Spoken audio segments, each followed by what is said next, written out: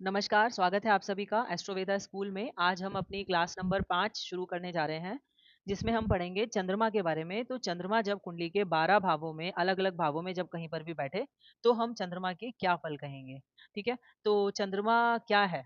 हम जब शुरू करेंगे, जैसे हम अभी तक सूर्य के बारे में हमने पढ़ा था। सूर्य हमारे जीवन में ऊर्जा और हमारी आत्मा का प्रतीक है। हम जब सूर्य की स्थिति देखेंगे, तो हम बता सकते हैं कि जातक कितना ऊर्जावान होगा, उसका मन कैसा होगा, उसकी आत्मा, उसका दिल किन चीज़ों में बसता है, ठीक है? वैसे ही हम चंद्रमा के बारे में जब हम पढ़ते हैं, तो चंद्रमा क्या कहा गया है? चंद्रमा हमारे मन का कारक है। हमारे हम कह सकते हैं हमारे मन का राजा है, जो हमारे सुख और दुःख की लहरों को भी नियंत्रित करता है कि हम सुखी होंगे या दुखी होंगे। हमारे सुख और दुःख की अनुभूति हम किस तरीके से हम करेंगे, कि अगर किसी की कुंडली में चंद्रमा की जो पोज़ीशन है बहुत ज़्यादा स्ट्रॉन्ग है, चंद्रमा बहुत स्ट्रॉन्ग है, तो कितनी भी प्रॉब्लम आ जाए लेकिन इंसान मन से कभी नहीं हारेगा, मन से हमेशा खुश रहेगा, उसे पता होगा कि मैं इस कंडीशन से बाहर निकल ही जाऊँगा। तो चंद्रमा की अगर स्थिति शुभ होगी किसी भी जातक की कुंडली में, तो हम क्या कहेंगे कि जीवन में उसके शांति भी होगी, कोमलता का एहसास होगा उसको, आकर्षण होगा, ठीक है? होगा। और अगर वहीं अगर किसी का चंद्रमा पीड़ित है या अशुभ चंद्रमा है कुंडली में, अशुभ कौन-सा चंद्रमा होगा? जब सूर्य के पास आके सूर्य और चंद्रमा, तो वो चंद्रमा अशुभ हो जाएगा, जितना सूर्य के पास होगा तो चंद्रमा अशुभ कहा जाएगा। तो उस स्थिति में मानसिक अस्थिरता रहेगी, मतलब बहुत ज़्यादा मूड स्विंग्स हम कहेंगे जातक को होंगे। चिंता बहुत छोटी-छोटी बातों पर हो जाएगी, हर बात में इंसान डाउट करने लग जाता है, तो ऐसा हम कहेंगे। तो कुल मिला के हम चंद्रमा के बारे में क्या कहेंगे कि जन्म कुंडली में चंद्रमा की स्थिति से आप व्यक्ति के स्वभाव के बारे में, उसकी मानसिक जो स्थिति है, उसका मानसिक जो स्वास्थ्य है और या उसकी वो इमोशनली किस तरीके से लोगों से कनेक्ट होता है, आप बता सकते हैं। तो चंद्रमा और सूर्य दोनों में दोनों ही हमारी कुंडली में बहुत ज़्यादा इम्पोर्टेंट ग्रह हैं। अब चंद्रमा अगर बलवान है, तो मतलब आप मन से बहुत बलवान हैं। चाहे कोई भी कंडीशन आए, आप हर कंडीशन का सामना बहुत बहादुरी से आप कर जाएँगे। वहीं अगर चंद्रमा बलवान नहीं है, तो बिल्कुल चंद्रमा के कारण आप मानसिक आपको अशांति हो सकती है। आप छोटी-छोटी प्रॉब्लम्स के आने के बाद भी बहुत ज़्यादा परेशान हो सकते हैं। ठीक है? तो ये तो हमने चंद्रमा के बारे में बात की और वैदिक ज्योतिष में हम मन को, हमारी भावनाओं को या हमारी मातृ सुख, हमारी माता का सुख, हमारे जीवन में माता का सुख कैसा होगा, तो हम चंद्रमा की स्थिति को देखकर हम बिल्कुल बता सकते हैं। ठीक है? तो अब हम बात करते हैं कि जब चंद्रमा कुंडली के अलग-अलग भावों में बैठेगा, तो हम क्या फल कहेंगे, ठीक है?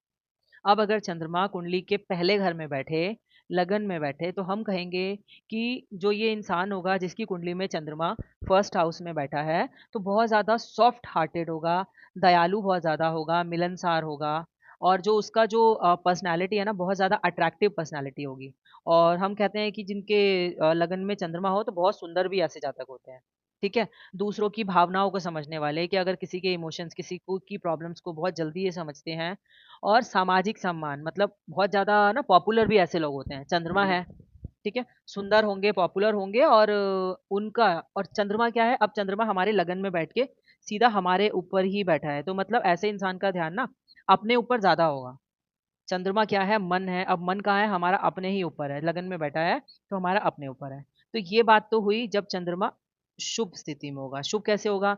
इस पर कोई क्रूर ग्रह की दृष्टि ना हो, राहु, केतु, शनि का कोई संबंध ना बन रहा हो, तो ये चंद्रमा शुभ होगा और वहीं अगर अशुभ हो गया तो इन क्रूर ग्रहों की दृष्टि हो जाए या फिर राहु केतु का संबंध बन जाए, ठीक है? तो ये क्या हो जाएगा? अशुभ हो जाएगा। अशुभ हो जाएगा चंद्रमा उस स्थिति में। अब हम क्या कहेंगे कि अगर चंद्रमा अशुभ है, ठीक है? ये तो हमने शुभ के बारे में जाना, तो मानसिक चंचलता हो जाएगी, अस्थिर विचार मतलब कि अभी अभी हम कुछ सोच रहे हैं, एकदम से हमारे मन में कुछ और विचार आ गया या किसी भी छोटी-सी बात पर अगर चंद्रमा अशुभ है, तो छोटी-छोटी बातों पर ही हम भावुक हो जाएँगे, ठीक है? हमने अगर कोई डिसीज़न लिया, डिसीज़न मेकिंग में हमारी बड़ी हमें प्रॉब्लम होगी। और हम अगर बोलें कि अगर मानसिक तनाव से जुड़ी हमें समस्याएँ हो सकती हैं या अगर चंद्रमा पीड़ित है ना किसी भी इंसान का और लगन में बैठा है, तो उस इंसान को आप देखिएगा कि सर्दी-जुकाम जैसी प्रॉब्लम भी बहुत ज़्यादा ऐसे लोगों को देखी गई हैं कि सर्दी-जुकाम बहुत जल्दी हो जाता है, मौसम चेंज हुआ नहीं और ये लोग फिर परेशान हो जाते हैं। ठीक है? तो अब हम बात करते हैं अच्छा, एक और चीज़ कि अगर इसकी दृष्टि जैसे कि हमने बोला वैसे तो हम आगे पढ़ेंगे, चंद्रमा की दृष्टि होती है 7वीं दृष्टि, तो 7वीं दृष्टि चंद्रमा अगर चंद्रमा यहाँ बैठा है, तो चंद्रमा की 7वीं दृष्टि होगी सप्तम पे, 7वें घर पे।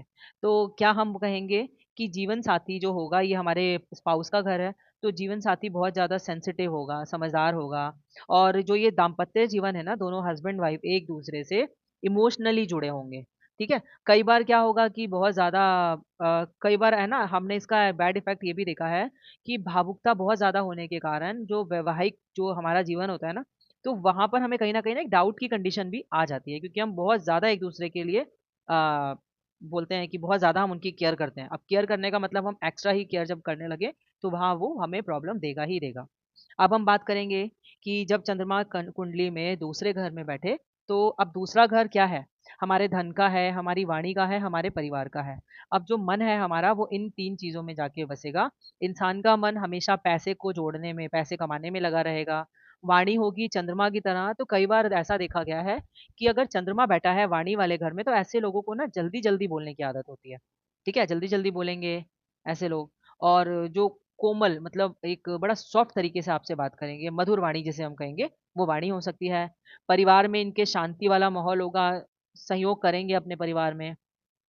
और ऐसे लोग अगर धन कमाने के लिए अगर अपना व्यवसाय कुछ करना चाहें, तो ऐसे लोगों को ना जल संबंधी कोई भी काम, वो इनको अच्छा रहता है। दूध, दही, मोती या फिर चांदी से भी इनको लाभ होता है। तो क्योंकि धन स्थान है और चंद्रमा यहाँ आके बैठा है, तो इनको बहुत अच्छे ये रिज़ल्ट दे सकता है, ठीक है? अब वहीं अगर चंद्रमा अशुभ हो गया, तो धन का अस्थिर रहना मतलब हमारे पास धन आ रहा है लेकिन टिक नहीं रहा। बचत में कठिनाई क्योंकि ये घर हमारा क्या है? बचत का है। आगे हम पढ़ेंगे कौन-सा घर वृद्धि का है, अभी ये घर बचत का है। भावुकता मतलब कई बार क्या होता है कि ऐसा इंसान ना ओवर इमोशनल होके भावुक होने पर एक्स्ट्रा ही खर्चा कर जाता है। कई बार परिवार में गलतफ़हमी हो जाती है क्योंकि अब जो हमारा मन है ओवरली हमारे परिवार की चीज़ों में जुड़ गया जाके। तो यहाँ हमारा परिवार में भी कहीं न कहीं कुछ न कुछ गलतफ़हमी वाला एक रीज़न देखने को मिलता है। अब हम बात करेंगे कि अगर इसकी दृष्टि क्योंकि चंद्रमा की जो दृष्टि है वो कौन-सी है? सप्तम दृष्टि है। अब अगर चंद्रमा दूसरे घर में बैठा है, तो दूसरे घर से कहाँ दृष्टि डालेगा? सीधा अष्टम पे, 8वें घर पे दृष्टि डालेगा। तो अब यहाँ पर हम क्या बोलेंगे जो 8वाँ स्थान है, गुप्त रहस्यों का, गुप्त ज्ञान का। तो ऐसे इंसान का मन हमेशा कुछ न कुछ खोजबीन वाली प्रवृत्ति होगी, शोध की तरफ इनकी रुचि होगी। जीवन में इनके ना अचानक से ही उतार-चढ़ाव भी कई बार देखे गए हैं और मानसिक रूप से परिवर्तनशीलता इनके अंदर रहती है। मतलब मन ना एक जगह पर इनका स्थिर नहीं रहता है। ऐसा हम कह सकते हैं, ठीक है? तो ये बात हो गई कि जब हमने चंद्रमा की हम दृष्टि के बारे में बात कर रहे हैं। अब आगे हम बात करते हैं, जब चंद्रमा किसी भी कुंडली में 3rd हाउस में बैठे तो हम क्या कहेंगे? अब 3rd हाउस क्या है? हमारे साहस का है, हमारे भाई-बहन का है, हमारा मीडिया का है, हमारे कम्युनिकेशन का है। तो अब हमारा जो सारा ध्यान है, वो कहाँ चला गया? इन 3 चीज़ों से में ही लग कर रह जाएगा। अब हमारा मतलब ऐसा इंसान बोलने वाली कला में बहुत अच्छा होता है। मतलब अगर ऐसा इंसान मीडिया से रिलेटेड किसी व्यवसाय में जाए, तो वहाँ बहुत अच्छा कर जाते हैं, ठीक है? भाई-बहनों के साथ इनका सहयोगपूर्ण संबंध रहते हैं, मतलब भाई-बहनों को बहुत अच्छे से केयर करते हैं, भाई-बहनों का ध्यान रखने वाले होंगे।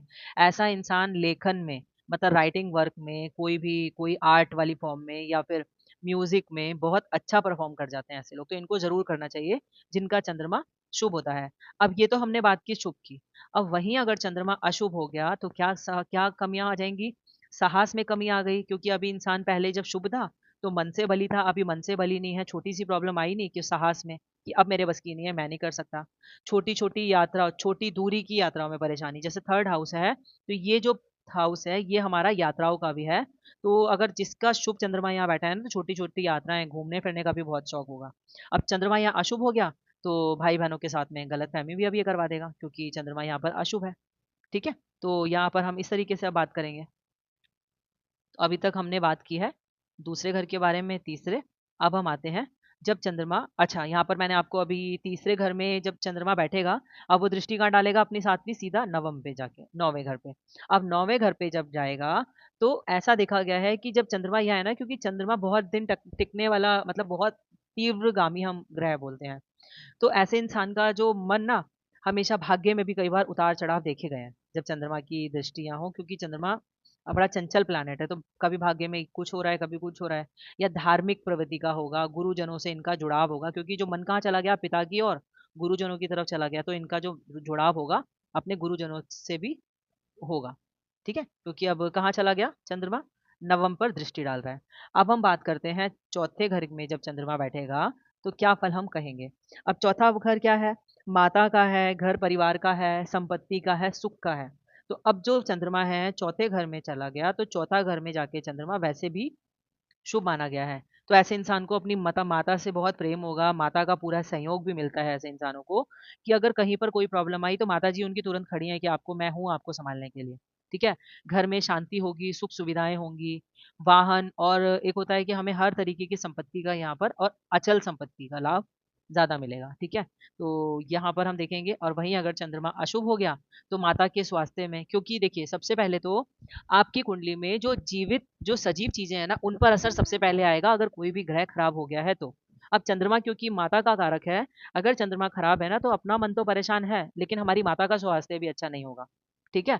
माता के स्वास्थ्य में बहुत उतार चढ़ाव रहेंगे, घर को बदलने की हमेशा संभावना लगी रहेगी कि अभी हम जिस घर में हैं कुछ ना कुछ हुआ, या तो हमारा जॉब से ट्रांसफर हो गया या हम घर पर रह नहीं पा रहे हैं या हमारा घर चेंज हो गया, ऐसा होगा। मन में अस्थिरता रहेगी, ठीक है? अब जब यहाँ चंद्रमा बैठा है और ये सीधा अब कहाँ दृष्टि डालेगा? 10वें भाव घर पर। तो करियर में बहुत ज़्यादा चेंजेस चंद्रमा करवा देता है और ऐसे इंसान का मन ना फिर कहाँ चला गया? अपने काम की तरफ, कर्म की तरफ। तो इंसान कर्मठ हो जाता है, मतलब काम की तरफ हमेशा मन। काम में ज़रा-सी प्रॉब्लम आई नहीं तो हम परेशान। और काम में भावनाओं का अधिक प्रभाव, मतलब कि हम इमोशनली भी कई बार ऐसा होता है कि हम अपने वर्क प्लेस पर भी इमोशनल मतलब डिसीजंस हम कई बार ले लेते हैं, ठीक है? सरकारी लाभ मिलने की भी ऐसे लोगों को संभावना होती है अगर चौथे में हमारा चंद्रमा अगर प्लेस्ड है तो। अब हम बात करेंगे पांचवें घर में जब चंद्रमा बैठे तो पांचवा घर किस लिए कहा गया है? संतान के लिए, शिक्षा के लिए और हमारे प्रेम के लिए भी, ठीक है? अब जो हमारा मन कहाँ चला गया? पूरा हमारी संतान की तरफ या हमारी शिक्षा, हमारी पढ़ाई की तरफ और हमारे प्रेम संबंधों की तरफ भी, ठीक है? अब यहाँ पर क्या है, तो संतान का सुख ज़रूर मिलेगा, प्रेम संबंधों में इंसान हमेशा क्या डिसीज़न लेगा? इमोशनल होके डिसीज़न लेगा, ठीक है? अब जहाँ सूर्य अगर यहाँ बैठता तो थोड़ा-सा प्रैक्टिकल होके इंसान डिसीज़न ले लेता, ठीक है? और चंद्रमा अगर है तो इमोशनल होके हम डिसीजंस लेंगे, संतान का सुख ज़रूर मिलेगा और कला कोई भी आर्ट में, फॉर्म में कहीं पे हो, तो प्रॉपर इनको मतलब बहुत ज्ञानवान कहे जाएँगे, बहुत एक्टिव होंगे किसी भी चीज़ को सीखने में। अब अगर यही चंद्रमा आपका अशुभ हो गया, तो क्या होगा कि प्रेम में कई बार इनको धोखा मिलने के चांस हो जाएँगे। पढ़ाई जब कर रहे थे तो मन भटक सकता है, संतान से दूरी हो सकती है या संतान को लेकर हम बहुत ज़्यादा चिंतित भी हो सकते हैं, ऐसा देखा गया है। और अगर आपकी कुंडली में यहाँ पर वैसे तो मैटर करता है कौन-सी राशि है, आगे हम पढ़ेंगे, लेकिन 90% चार्ट्स को देख के हम ये बता सकते हैं कि जातक का जो पहला जो संतान होगी, वो कन्या होगी, ठीक है? फीमेल फीमेल होगी। तो हम ऐसा भी कह सकते हैं इस चार्ट को देखकर अगर, ठीक है? अब यहाँ पर अगर चंद्रमा है, पंचम में बैठा है तो दृष्टि कहाँ डालेगा? सीधा 11th पर। 7वीं दृष्टि क्यों कौन-सी होगी उसकी? 11वें पे। अब जो ये 7वां जो घर है, ये हमारे मित्रों का है, हमारी फ्रेंडशिप का भी है, उपलब्धियों का है, हमारी अचीवमेंट्स का है। तो अब इंसान अपने मित्रों से, अपने फ्रेंड से बहुत इमोशनली उसका कनेक्शन होगा, ठीक है? अब यहाँ पर इसके ना लाभ में हमारी जो उपलब्धियाँ हैं, उसमें थोड़े उतार-चढ़ाव आ सकते हैं। भाई-बहन से अच्छा, बड़े भाई-बहनों से संबंध इसका काफ़ी अच्छा हो सकता है, क्योंकि जो 11th हाउस है, ये हमारे बड़े भाई-बहनों के बारे में बताता है और जो 3rd हाउस है, हमारे छोटे भाई-बहनों के बारे में बताता है, ठीक है? तो ये बात कही हमने ये बात की, जब पंचम में चंद्रमा होगा तब क्या असर आएगा? अब हम बात करते हैं जब चंद्रमा छठे घर में बैठे तो हम क्या फल कहेंगे? अब फिर से छठा हाउस क्या है?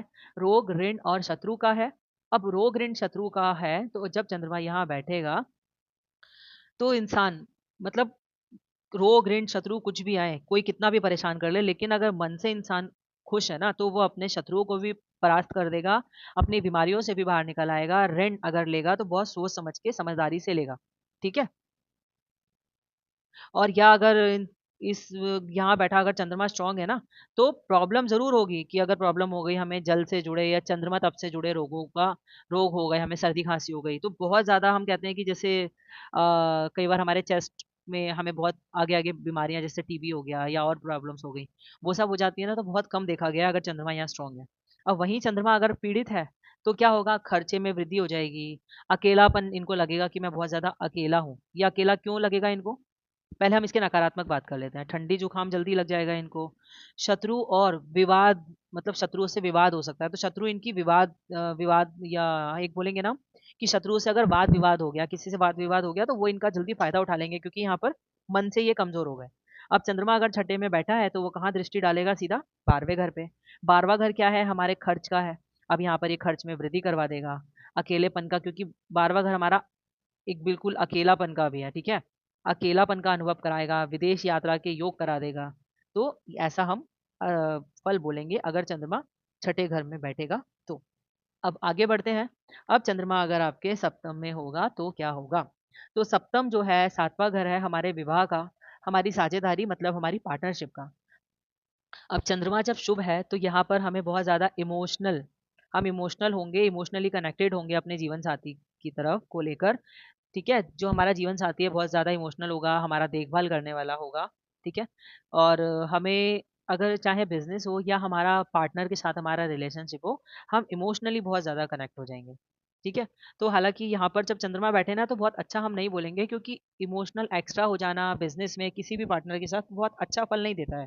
क्योंकि हम इमोशनली नहीं, हमें प्रैक्टिकली भी सोचना पड़ता है, ठीक है? सारे एस्पेक्ट देखने होते हैं, तो कई बार चंद्रमा बहुत ज़्यादा शुभ नहीं बोला जाता है यहाँ पर। और अगर चंद्रमा अकेला है यहाँ बैठकर, तो कई बार देखा गया है कि मैरिड लाइफ में किसी भी फीमेल के कारण मैरिड लाइफ डिस्टर्ब होती है। अब ये मेल का चार्ट है तो यहाँ पर फीमेल, अब उस मेल कोई भी फीमेल हो सकती है, चाहे उसकी खुद की माँ हो या जीवन साथी की माँ हो, कोई भी हो, माँ हो, बहन हो, मतलब किसी भी फीमेल के कारण लाइफ में प्रॉब्लम आ सकती है, वैवाहिक जीवन में प्रॉब्लम आ सकती है। अब अगर यहाँ पर चंद्रमा अशुभ हो गया तो संबंधों में अस्थिरता हो जाएगी। बहुत ज़्यादा एक्स्ट्रा इमोशनल होने की वजह से हमारे बीच में मतभेद हो सकते हैं, और पार्टनरशिप में ना कई बार हम एक दूसरे को लेके फिर भ्रम की स्थिति में आ जाते हैं, क्या वो मेरे साथ ठीक कर रहा है? क्या मेरे साथ धोखा तो नहीं कर रहा है? तो ऐसा भी असर देगा। अब चंद्रमा जब यहाँ बैठा है तो वो दृष्टि कहाँ डालेगा? सीधा लगन पर। अब लगन पर दृष्टि डाला तो ऐसा व्यक्ति के लिए हम क्या कहेंगे कि खुद के व्यक्तित्व में बहुत ज़्यादा कोमलता होगी, मतलब हमारा जो व्यक्तित्व होगा बहुत कोमल होगा।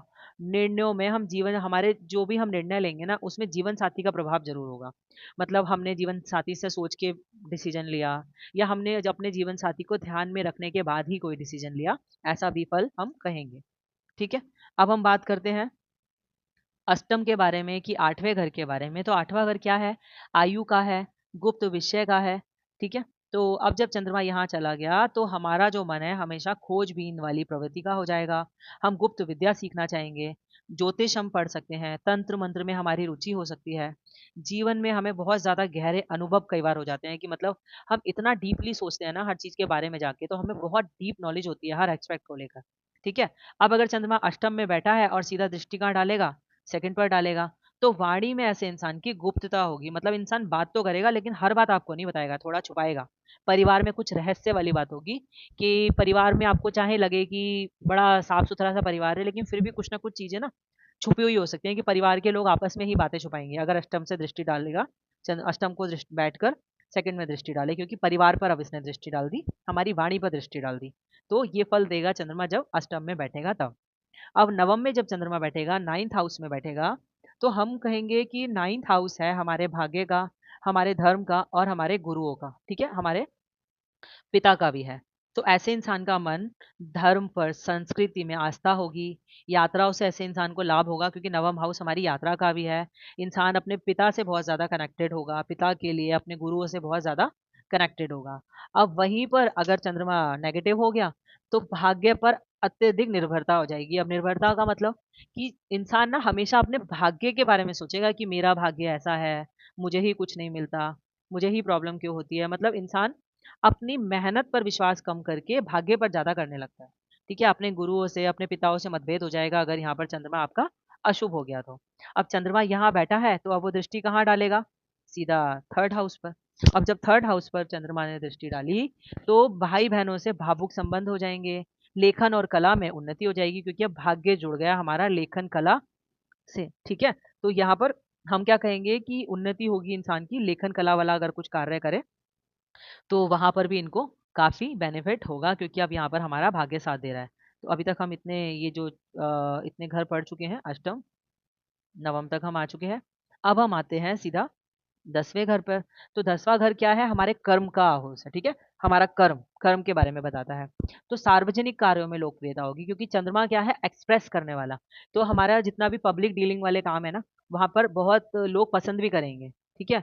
और यहाँ पर इंसान अगर आप काम करें जल से रिलेटेड, चांदी से रिलेटेड, होटल से रिलेटेड या रेस्टोरेंट, खान-पान का जैसा कुछ आप काम करें, तो वहाँ पर आपको काफ़ी सफलता मिलेगी। अब यहाँ चंद्रमा अशुभ हो जाएगा तो करियर में कई बार परिवर्तन होंगे। भावुकता के कारण आपके जो काम है वहाँ पर हानि हो जाएगी कि हम कहीं अपने वर्क प्लेस पर थे, वहाँ हमने किसी को लोन दे दिया या किसी से हमने प्रॉपर हमारा डिसीजन नहीं रहा तो यहाँ हम लॉस में आ गए, अगर चंद्रमा अशुभ है, ठीक है? अब चंद्रमा अगर यहाँ बैठा है तो वो दृष्टि कहाँ डालेगा? हमारे चौथे घर पे। अब चौथे घर पे जब चंद्रमा ने दृष्टि डाली तो घर परिवार से करियर पर असर मतलब माता के समर्थन से उन्नति ऐसे इंसान को मिलेगी कि माता का सपोर्ट मिले तो उन्नति होगी, करियर भी इनका आगे बढ़ेगा। 4th हाउस ऐसा है, ऐसा हम मतलब 4th हाउस पर अगर ये दृष्टि डालेगा तब। अब बात करते हैं अगर चंद्रमा 11वें घर में बैठे, तो 11वां घर किसका है? हमारे लाभ का है, हमारे मित्र का है, हमारी उपलब्धियों का है। तो अब हमारा मन कहाँ चला गया? हमारे लाभ में। इंसान हमेशा अपने लाभ के बारे में सोचेगा, अपने दोस्तों के बारे में ज़्यादा सोचेगा, ठीक है? और जब भी डिसीजन लेगा तो हमेशा अपने दोस्तों के हित को भी ध्यान में रख के लेगा कि मेरे दोस्ती खराब ना हो जाए, ठीक है? और लाभ के अवसर भी ऐसे इंसान को बहुत मिलते हैं। अब वहीं अगर नकारात्मक असर हम देखें इसका, नेगेटिव देखें, तो मित्रों के कारण ऐसे इंसान को हानि हो जाती है, ठीक है? लाभ में अस्थिरता हो जाती है। हम सोचे कि हमें अभी लाभ होने वाला था, अचानक से हमें पता चला कि हमें तो वो अवार्ड मिलने वाला नहीं है, किसी और को मिल गया। ऐसा असर देखने में आता है। अब अगर चंद्रमा 11th में बैठेगा तो वो पंचम में दृष्टि डालेगा। अब पंचम में जब दृष्टि डाली तो पंचम फिर से क्या है? हमारे संतान का सुख है। तो संतान के सुख पर मित्रों का भी प्रभाव होगा। प्रेम अगर संबंध बने तो हाँ, मित्र की भूमिका आ जाएगी। जैसे कि हम किसी को पसंद करते थे, हमारे दोस्त की ही कोई गर्लफ्रेंड थी या दोस्त की कोई जानने वाली थी, उसके थ्रू हम मिल गए, ठीक है? तो यहाँ पर हम ऐसा कहेंगे क्योंकि ये दोनों ही रिजल्ट को हम आपस में कंबाइन करके बात करेंगे। अब हम बात करते हैं कि जब चंद्रमा कुंडली के 12वें घर में बैठे तो क्या फल होगा? तो 12वां घर क्या है? हमारे खर्च का है, विदेश का है और मोक्ष का भी स्थान है, ठीक है? तो 12वें घर में जब चंद्रमा बैठेगा तो विदेश यात्रा के अवसर आएँगे, आध्यात्मिक उन्नति होगी, इंसान अध्यात्म की तरफ बढ़ेगा और दान पुण्य में भी उसकी बहुत ज़्यादा रुचि होगी। अब चंद्रमा यहाँ पर अगर नेगेटिव हो गया, बेकार के खर्चे हो जाएँगे, मानसिक अकेलापन क्योंकि जो ये 12वां घर है हमें अकेलापन भी देता है, ठीक है? तो अब मानसिक अकेलापन चाहे पूरा परिवार हमारे साथ है, लेकिन अगर आपका चंद्रमा 12वें घर में बैठा है, तो वो आपको ना अकेलापन की अनुभूति देगा, आपको लगेगा कि मेरे साथ सब होते हुए भी कोई मेरे साथ नहीं है, ठीक है? अब अगर चंद्रमा 12वें में बैठा है तो दृष्टि डालेगा वो सीधा छठे पे। अब छठे पे दृष्टि डाला, अब आप बीमार हो गए तो ठीक है। बीमार हुए लेकिन वहाँ पर ना आपको इमोशनली इतने ज़्यादा डीप डाउन हो जाएँगे कि आपको लगेगा अब मैं ठीक ही नहीं हो सकता। मैं बहुत प्रॉब्लम में हूँ और आपके जो शत्रु होंगे उनके उनके लिए भी डिसीज़न आप इमोशनली इतना ज़्यादा परेशान हो जाएँगे, आपको लगेगा कि उसने मेरे साथ जो किया लेकिन मैं उसके साथ ऐसा नहीं कर सकता। तो ये हमने बात की कि अब चंद्रमा के बारे में, तो चंद्रमा हमारी कुंडली के जब अलग-अलग भावों में बैठेगा तो हम क्या फल कहेंगे, ठीक है? तो अगली चार्ट में जब हम अगली क्लास में जब हम बात करेंगे, तो हम बात अब करेंगे सीधा मंगल के बारे में। तो हम धीरे-धीरे करके सारे ही ग्रहों के बारे में हम खत्म कर देंगे क्लास, ताकि फिर हम आगे कुंडली विश्लेषण पर जल्दी से जल्दी पहुँच पाएँ। आपको अगर मेरी वीडियो अच्छी लग रही है, तो आप प्लीज़ मेरे चैनल को सब्सक्राइब कीजिए, फॉलो भी कीजिए, ताकि हम ऐसे ही आगे-आगे और आने वाले टाइम में नए-नए वीडियोज़ आपके लिए लेकर आ पाएँ, जो आपके लिए हेल्पफुल हों और आप ज्योतिष सीखने में बिल्कुल आपको मदद मिल पाए। नमस्कार।